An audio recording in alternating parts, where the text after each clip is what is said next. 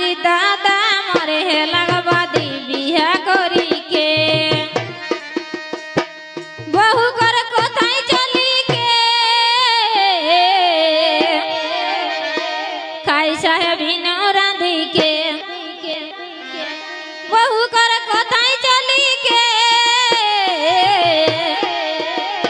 खाई साहेब न रांधी के आज दादा मरे लगवा दी बिहा करी के आज दादा मरे लगवा दी बिहा करी के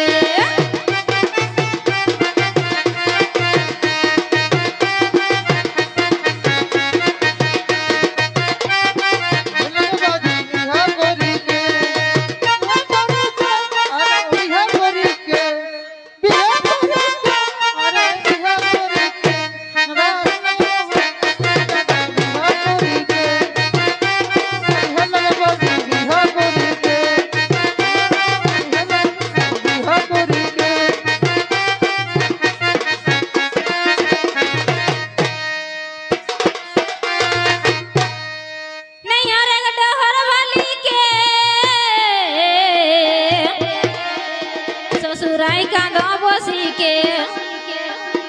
नहीं हरेगा डहर वाली के ससुराई का गाँव बसी के मोके घुरी नहीं भली देखो तो परब दिया रे मोके घुरी नहीं भली देखो तो परब दिया रे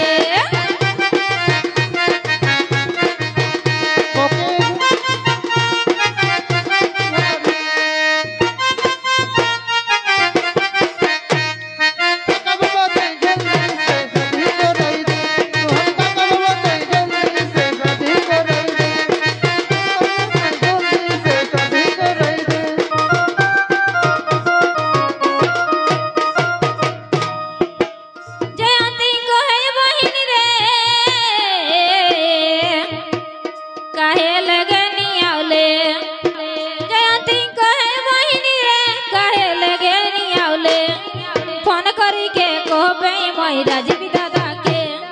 फोन करी के कहबे मई राजीव दादा के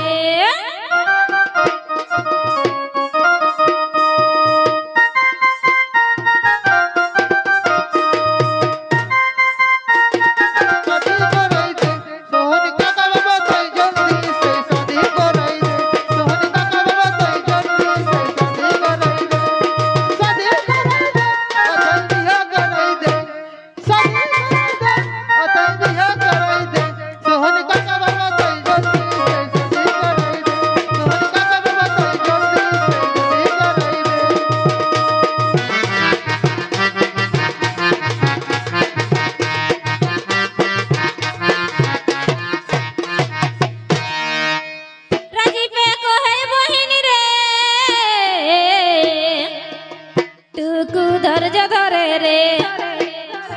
राजी पे कोहे बहिनी रे टुकु धर्ज धरे रे तो के